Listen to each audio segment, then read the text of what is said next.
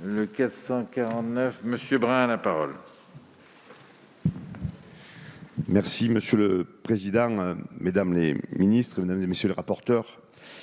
Mes chers collègues, je voudrais d'abord vous dire que je me réjouis à mon tour de l'adoption du gouvernement que j'ai voté. Mais moi aussi j'ai de la constance et je dépose à nouveau cet amendement d'appel.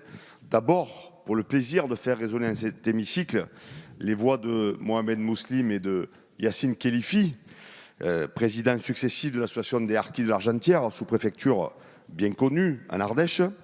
Dire aussi qu'ils reconnaissent qu'un pas important a été franchi avec la loi du 23 février 2005 sous l'impulsion de Jacques Chirac. J'aimerais que ce soit rappelé dans nos débats parce qu'il me semble que le président de la République l'a passé sous silence dans ses déclarations.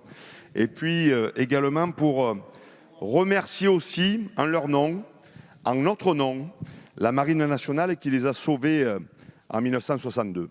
Madame la ministre, je crois que les engagements du président de la République ne doivent pas rester lettre morte pour réparer, si c'est possible, cette blessure qui est certainement l'une des blessures les plus importantes de notre histoire contemporaine.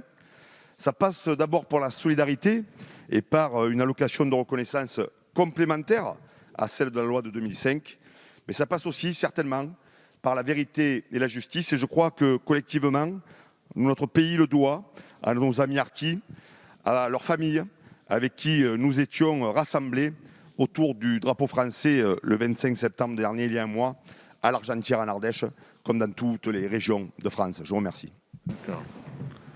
Alors, le 449, avis de la commission.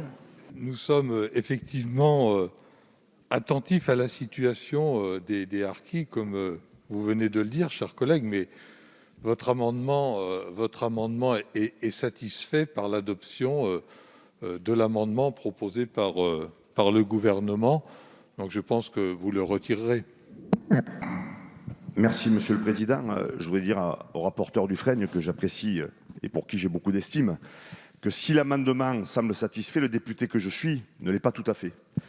Parce que simplement, comme l'ont dit mes collègues Aubert et Ménard, nous ce qu'on souhaite c'est avoir des garanties sur l'examen du projet de loi qui est annoncé, avoir un calendrier précis, avoir des budgets et savoir au final si avant la fin de la session parlementaire, qui je le rappelle est fin février 2022, nous aurons abouti pour une allocation de reconnaissance complémentaire à la loi 2005, notamment, et d'ailleurs je pourrais vous poser une question complémentaire, est-ce qu'aujourd'hui vous pouvez nous donner par exemple d'un point de vue budgétaire ce que représenterait le fait de doubler l'allocation de reconnaissance qui avait été décidée par le président Chirac et l'Assemblée nationale de l'époque?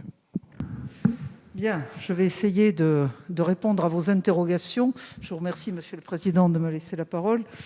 Je voulais répondre, bien sûr. Le Président va vite.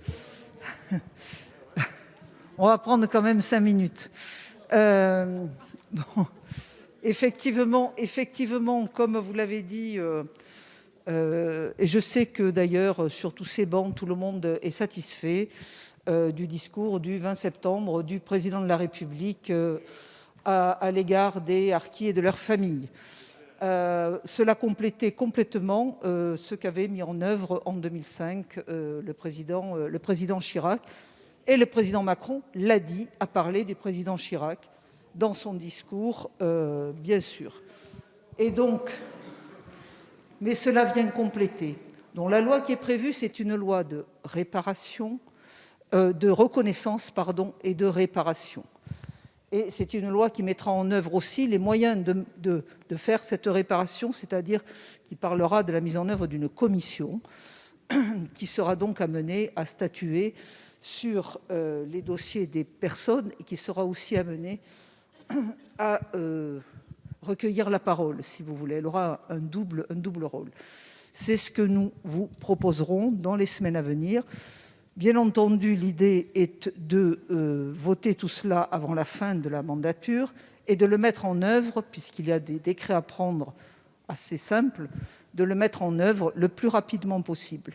Donc le plus rapidement possible, eh bien, nous avions besoin de fonds, c'est pour ça que 50 millions d'euros ont été provisionnés pour mettre cela en œuvre dès le début de l'année, après le vote bien sûr de la loi, par l'Assemblée nationale et par le Sénat.